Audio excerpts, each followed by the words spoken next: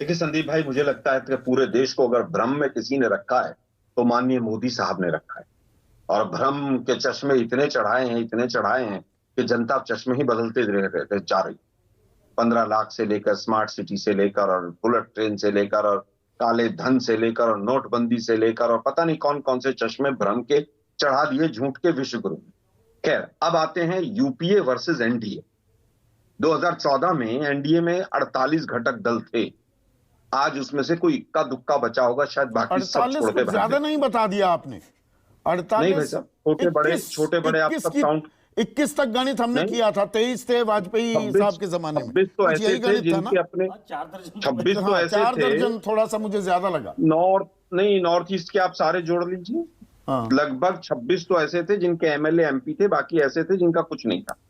खैर, अकाली से लेकर शिवसेना से लेकर सब छोड़कर भाग गए। और ये जो पूरी एक्सरसाइज चल रही है ना, इस सरकार को गवर्नमेंट से, गवर्नेंस से कोई लेना देना नहीं। सत्ता को कैसे हथियाया जाए, इलेक्शन कमीशन इनका है। राज्यों में अगर डीएम और सीएम इनका है तो 2024 की वो तैयारी हो रही है। महाराष्ट्र में जो सरकार गिराई गई उसका सीधा सीधा मतलब था कि 48 एमपी आते हैं वहां से, सुपड़ा साफ होना था। आज इलेक्शन कमीशन, इतना ही डीएम और सब कुछ बीजेपी के कंट्रोल में है। 40 सीटों के साथ 68 में से हिमाचल में आप सरकार कैसे बना पाते हैं? अगर इनको यही खेल करना होता तो हिमाचल में भी आपकी सरकार ना बनने देते। संदीप भाई, मैं फिर कहूंगा, अगर इतने दिमाग से ना चले तो आप ये सवाल ही मेरे से नहीं पूछते। आप 2019 और 2014 पूरा उठा लीजिए, दो आपको पूरे मिलेंगे। जिस राज्य में हिंदू मुस्लिम हो गया वहां बीजेपी जीत गई। पंजाब में नहीं हुआ, नहीं जीते। साउथ इंडिया में नहीं हुआ, नहीं जीते। दूसरा कैलकुलेशन, जहां डीएम और सीएम इनके हैं, इसके अलावा तीसरा कोई राज्य बता दीजिए। और जहां पर ये हारे वहां पर 2024 के लिए मैं फिर वापस आता हूं। ये 2024 का ऑपरेशन कमल शुरू हो गया।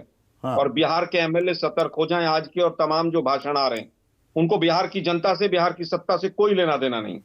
39 सीटें हैं, 39 सीटों पर नजर है कि डीएम और सीएम हमारा होना चाहिए। नहीं तो एकनाथ शिंदे बीजेपी सीएम बनाएगी क्या? अब सारे उल्टे पुल्टे काम एकनाथ शिंदे से होंगे वहां पर। और उसके बाद 2024 में सरकार बना के उसको उखाड़ के और डस्टबिन में फेंक दिया जाएगा। मेरी बात को याद रखना। पर एकता अगर हो जाए, अगर साथ हो जाए, एकता में ताकत होती है। वो ताकत दिखाई दे रही है क्या? राहुल गांधी की बात करें, नहीं आए ना अखिलेश और मायावती। हाँ, जयंत चौधरी ने स्वागत कर दिया तो कोई कहीं कोई कहीं। स्वागत सबने किया। हाँ। लेकिन अखिलेश यादव ने यह भी कहा कि कांग्रेस और बीजेपी एक जैसी है। हाँ हाँ। संदीप भाई देखिए, वो भी बौखलाए हुए हैं। कुछ स्टेटमेंट्स उलट पुलट आ रही हैं। कांग्रेस और बीजेपी अगर एक जैसे हैं तो मायावती के ट्रेंड पर हैं वो पूरी तरह से। स्वागत किया है, शायद कोई दबाव रहा है। अदरवाइज आप देखिए, साउथ से डीएमके से लेकर, शिवसेना से लेकर, कम्युनिस्टों से लेकर, केरला में कम्युनिस्टों के ऑफिस बियरर्स ने सड़क पे खड़े होकर अपने झंडे लेके हमारा स्वागत किया। तो आज ये लड़ाई जो हो रही है पूरी, 40 सीट बिहार, 48 महाराष्ट्र, 42 वेस्ट बंगाल, कर्नाटक और उड़ीसा, यहां पर पूरी तरह से बीजेपी का सुपड़ा साफ होना है। उसको कैसे बचाया जाए, क्योंकि सीटें कहीं बढ़ नहीं रही। ये बिहार मॉडल रेप्लिकेट हो पाएगा देश भर में? देखिए, मुझे लगता है जैसे हम साथ हैं, 7 दल साथ आ गए, बाकी आएंगे बाकी राज्यों में। देखिए, मुझे लगता है 2009 शायद सबको याद रखना चाहिए। समाजवादी पार्टी, बसपा दोनों ने आउटसाइड सपोर्ट दिया और बिना मांगे सपोर्ट दिया। जब समय पलटता है तो सब चीजें पलटती हैं। जेडीयू, यही आज जंगल राज है। यही 2 बार सरकार गिराई गई और फिर प्रयास किए जाएंगे। मैं फिर कह रहा हूं, 2024 के लिए उनको कोई सत्ता नहीं चाहिए।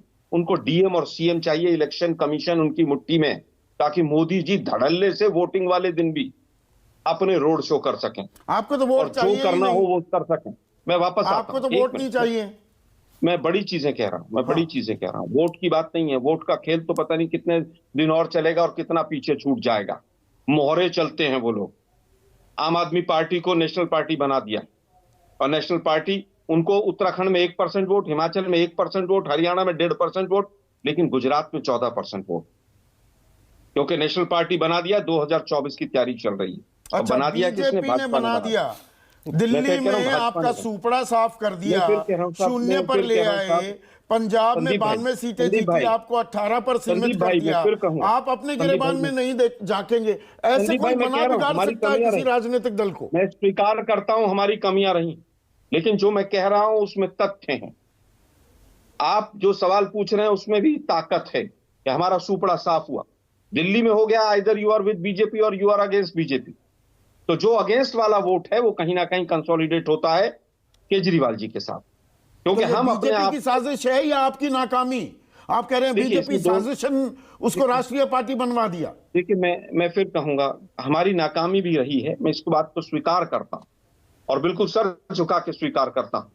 लेकिन जो अपराजिता बहन ने कहा कि ये पूरा 24 घंटे 365 दिन इलेक्शन मशीनरी में रहते हैं, आपको कौन उसी का रोकता है? कारण है, उसी का कारण है। नहीं देखिए, कोई सरकार आती है तो वो केवल इलेक्शन लड़ने के लिए नहीं बनती। ये देश का दुर्भाग्य है कि इतिहास में तो पहली सरकार ऐसी बनाने सरकार के आई लिए थी पहले जिसको चुनाव जीतना होता गवर्नमेंट है, और गवर्नेंस उसके से लिए कोई मतलब 24 नहीं। घंटे तैयारी करनी पड़ती है। नहीं, मैं फिर सरकार कहूंगा, ऐसे ही संदीप थोड़ा बन जाती है। संदीप भाई, केवल किसी भी सरकार का काम ये होता है कि वो चोरी कर ले, वो नोटबंदी करके एमएलए खरीद ले, वो केवल प्रचार करती रहे सरकारी पैसे से, सरकारी खजाने से, और अपने दो मित्रों को जिताती रहे, और वो दो मित्र अपने चैनल खरीदते रहे। क्या यही गवर्नेंस था क्या? वो कहा था मोदी जी का नारा कि less government and more governance. क्या यही गवर्नेंस का मॉडल था कि आप छोटे छोटे इश्यूज पर आप सुप्रीम कोर्ट और हाई कोर्ट की मोहर लगवा लीजिए, तो आप काट और क्यों फिर नहीं आपके निकाल भोंदू पाते? चैनल पूरा दिन, एक मिनट, आप काट क्यों नहीं निकाल पाते? आपकी रणनीति कहाँ है, आपकी एकता कहाँ है? सवाल, मूल सवाल तो वही है ना आलोक भाई। संदीप भाई, मैंने एक बात कही आपको कि हमारे ऑर्गेनाइजेशन की या हमारी कमियां रही, मैं सहर्ष स्वीकार करता हूं। जब हम अपनी जीती हुई सरकारों को भी बीजेपी हमसे ले गई तो हमारी कहीं ना कहीं कमी रही है, इसमें स्वीकार करने में मुझे कहीं आपत्ति नहीं।